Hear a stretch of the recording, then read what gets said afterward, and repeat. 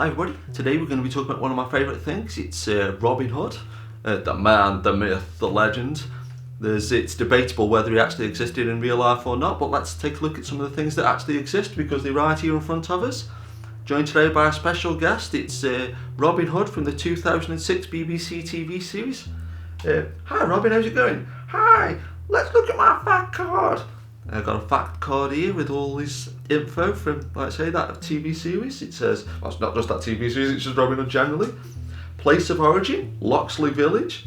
Personality, I think everybody should live the life like this. It's bold and cheeky, but always principled. Weapon proficiency, superhuman archery skills, an excellent swordsman. His major possessions include his Saracen sword.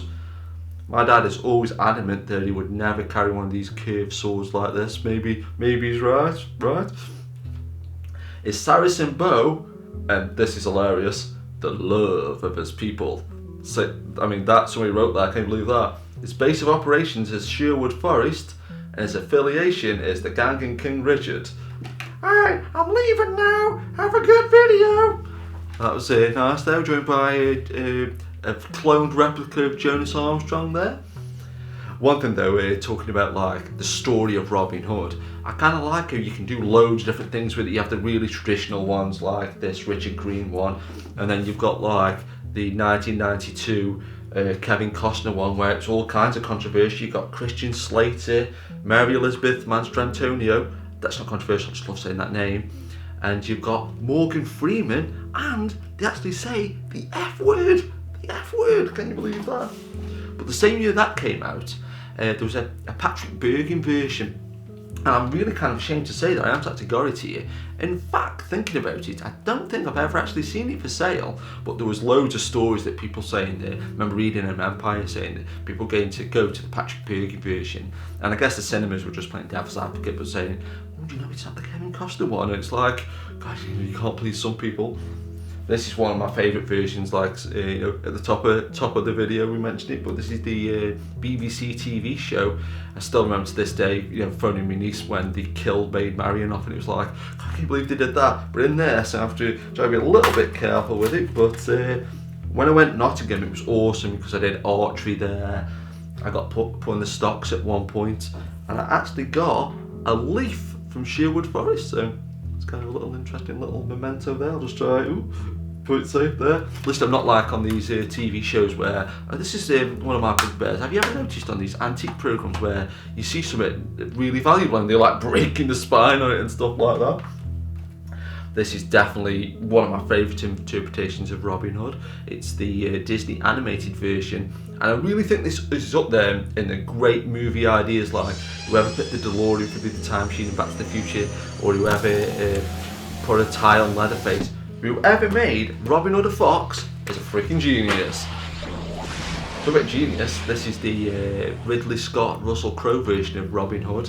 But what this was started off, I believe, as a screenplay called Nottingham, and Russell Crowe was going to play both parts. He was going to play both main parts, the Sheriff of Nottingham and, of course, Robin Hood. But eventually, the studios chickened out and they didn't do that. And one of my another major bugbears is about people who can play with accents in movies. Have you ever seen somebody do an accent in a film and people have actually praised it up? If anyone can think of one, I'd really genuinely like to read it. This is the Errol Flynn version of Robin Hood, probably one of my dad's favourite versions and most people's favourite versions, to be fair.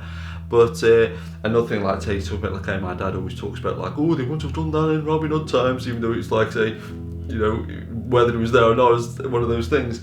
But if Robin Hood did exist, would he really have looked as awesome as Errol Flynn with that really well-trimmed moustache and the super clean hair? But you can't really say anything bad about the Errol Flynn version of Robin Hood, one of the best popcorn movies of all time.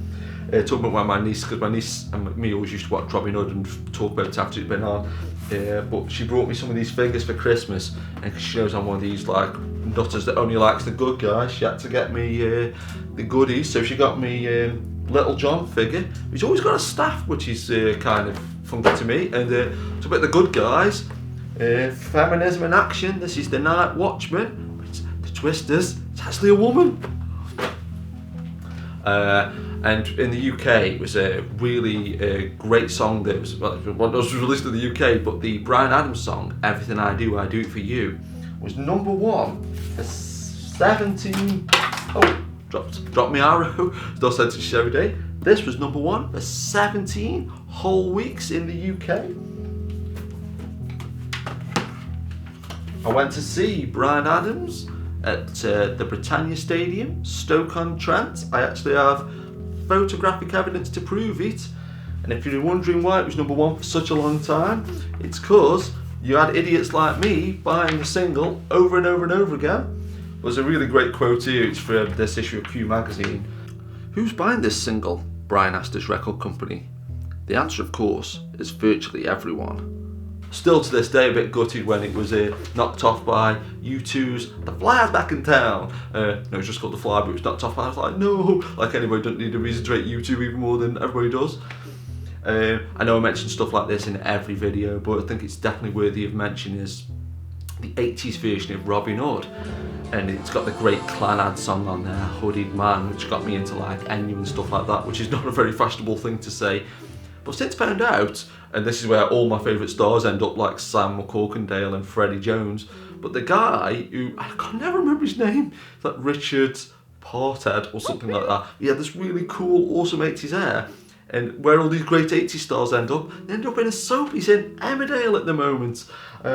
But, and this is a great way to end the video, if anybody can prove this theory or not, but I read that in Robin Hood times that they cut off these 2 fingers of people that were like firing bows for pulling the string back, because it was like people who'd still got the fingers were like, still got my fingers, but I've got a arrow here, make me feel like a rubbish Robin Hood or rubbish Rambo. But keep it locked and loaded. Oh, keep it locked. Oops.